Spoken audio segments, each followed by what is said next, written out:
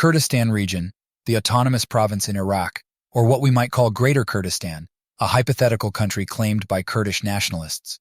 The Kurdistan region is a territory in northern Iraq. Greater Kurdistan is a roughly defined geocultural territory where Kurds make up a majority or have a historical claim to. This is typically comprised of 5 areas: southeastern Turkey, northern Iraq, northwestern Iran, northern Syria, and a little bit of Armenia and Azerbaijan. It's worth noting that different Kurdish nationalist organizations advocate for different Greater Kurdistans, occasionally extending all the way down Iran to the Persian Gulf. Broadly, though, Greater Kurdistan maps onto Kurdish populations in the region. The reason that Greater Kurdistan's borders are a bit vague is that Greater Kurdistan, which we'll refer to as Kurdistan from now on, has never actually existed as a recognized state. Throughout history, there have been various Kurdish autonomies, but they've been a fair bit smaller than today's Kurdistan. It doesn't help that the Kurds also aren't a particularly well-defined ethnic group. Broadly, the Kurds are groups of tribespeople from Eastern Asia Minor and the Zagros Mountains who are not Turkish, Arabic, or Persian-speaking. But like all ethnic groups, they've diverged over time. Today, Kurds in different regions follow a whole variety of religions and even speak different languages, which is why smaller subgroups like all of these are now considered distinct from the Kurds, even though they used to be considered Kurdish. Kurds also differ in their politics. Kurds in Iraq have their own autonomous province, and Kurds in Syria have carved out a de facto autonomy in the north, which they call Rojava. In Turkey, the Kurdistan Workers' Party, otherwise known as the PKK, has been fighting a war against the Turkish state since 1984 and now just wants some sort of autonomy within Turkey. Iranian Kurds, who make up about 10% of the population, have a strong nationalist sentiment, but they haven't really got anywhere. So Kurds in all of these different countries have their own different political objectives, which is why no contemporary Kurdish political party has made explicit demands for the establishment of a Greater Kurdistan. Kurdistan's borders are difficult to define because it's never had an established state before. It doesn't track a well-established ethnic group, and no contemporary Kurdish political party has explicitly called for its creation. So where does this map of Kurdistan even come from? Well, the first officially proposed map of Kurdistan came after the collapse of the Ottoman Empire. However, the question of Kurdish statehood came up again after World War II, when Kurdish delegates in the 1945 Conference of San Francisco suggested that Kurdistan ought to run all the way down to the Persian Gulf, despite the fact that there weren't actually that many Kurds in western Iran. It seems that this could be the inspiration of most of today's maps of Greater Kurdistan. Is there any chance of it becoming an actual state anytime soon? Well, realistically, no. The Kurds have been an oppressed minority in every state they found themselves, and there's no realistic chance that the governments of Iraq, Syria, Iran, or Turkey decide to U-turn and grant the Kurds their own state. It's basically impossible to draw borders that perfectly map ethnicity because, well, ethnicities aren't perfectly separable. It's also notable that every large ethnic group within the region, Arabs, Persians, and Turks, all enjoy, or at least have enjoyed in the past, their own ethnic majority states. Only the Kurds have been a permanent minority. The Kurds are alone in being a permanent minority in the region. Should the Kurds have their own Kurdistan? A courtesy documentary of DW about the ongoing struggle of Kurdish and Kurdistan regions is ahead. The death of the young Iranian Kurdish woman Jina Mahsa Amini triggered an unprecedented wave of protests in Iran. She was arrested by the morality police in Tehran in September 2022 for allegedly wearing a poorly fitting veil. The uprising shook the regime, which responded with violent repression. To escape the repression, many Iranian Kurds have fled to the autonomous Kurdish region of Iraq. A passage through the Zagros Mountains in view of the Iranian border towers is a common escape route for the Kurds who fled to Iraq in recent years, around 10,000 according to Germany's UN refugee aid. The situation at the border is very tense. While filming the Iranian control towers, we were briefly arrested and interrogated by the Secret Service of the Kurdish authorities in northern Iraq. On September the 19th, 2023, a deadline set by Iran expired.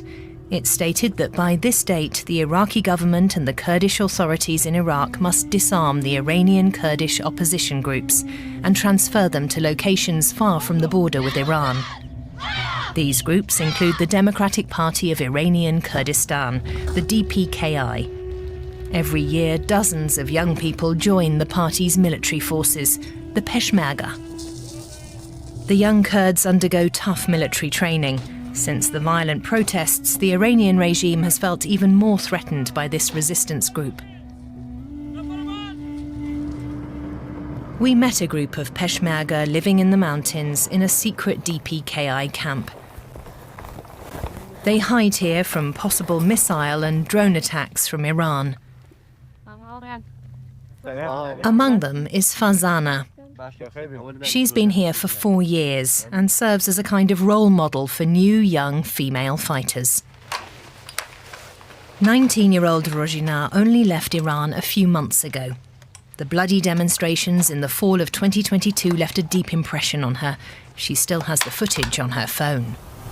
It's true that we're far away from our families and our sisters, but here we're all very close to each other. We sleep and eat together. We do everything together. This solidarity helps us to live.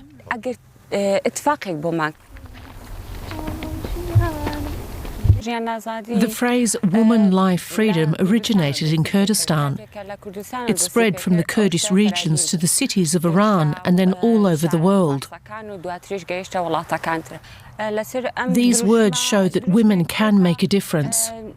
None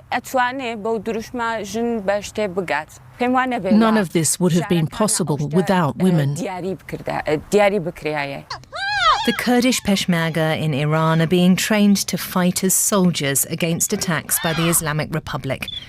That's despite Tehran's ultimatum that by September 2023, the Iraqi government in Baghdad and the Kurdish authorities in northern Iraq should completely disarm the opposition groups and move them far away from its border. Driven into a corner like this, the only option for the DPKI forces was to retreat into the mountains. Since then, they've been hiding from Iranian surveillance in small groups. Most of them have no news of their family and were not there for the protests that shook Iran. Unlike Rojina, who witnessed them firsthand. Dozens of Iranian missiles and kamikaze drones hit the DPKI bases. Civilian refugee camps were also hit. Dozens of people died. In the Azadi camp, not far from the town of Khoisanjak, traces of the Iranian attacks can still be seen. In Erbil, the capital of the autonomous Kurdish region in northern Iraq, the growing influence of Iran can be felt. The future of the autonomous region seems uncertain. The Iranian ultimatum to disarm the opposition groups has amplified the tension among the Peshmerga. Entrenched in remote locations, they observe every movement in the sky. 21-year-old Evin took up arms 4 years ago.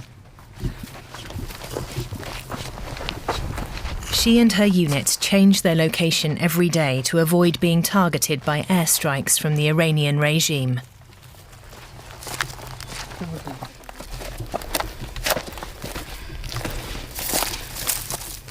I've slept there under the rocks. I spent the night here. But there's always too much sun in the morning. The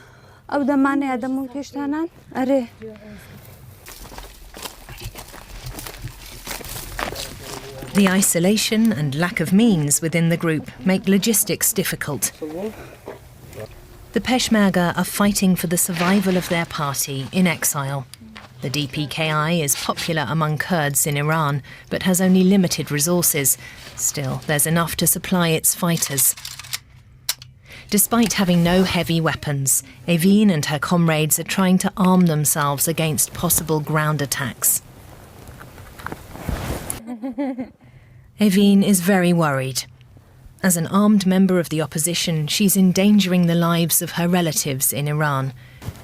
She tries to find out about the situation in her country via the opposition TV channel Iran International in London.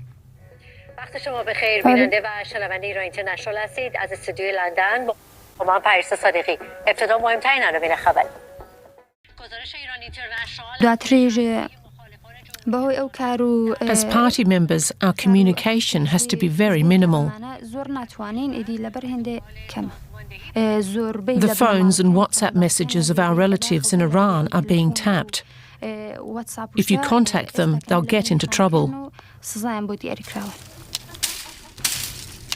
Women and men living together in the mountains is a symbol of equality that does not exist in Iran.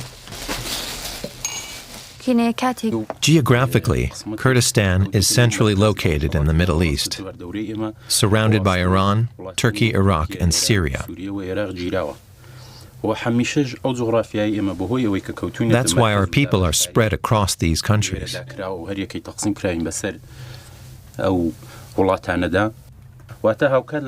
The countries plunder our resources and wage war on our territory. There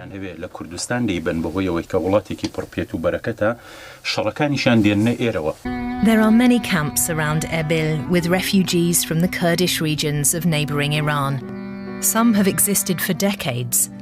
The Zhezni Khan camp holds civilian sympathisers of the DPKI. Along with the threat of Iranian airstrikes, there's a constant fear of oppression against their families in Iran. This clearly shows the whole world that the Islamic Republic of Iran is a barbaric regime. It violates all basic rights. If someone from the camp calls his family and the Islamic regime finds out about it, the relative can be arrested and punished in Iran. I don't know if my son had any contact with political organizations, but after a phone call with me, he was arrested. He got 5 years in prison. He was released after 3 years. I had to leave Iran because of my political activities. I dreamed of a free and democratic Kurdistan, where Tehran's regime had no say. Men and women are not giving up. They will continue to fight against the regime, each in their own way. The threats from Iran are compounded by the almost daily attacks by the Turkish army in the region.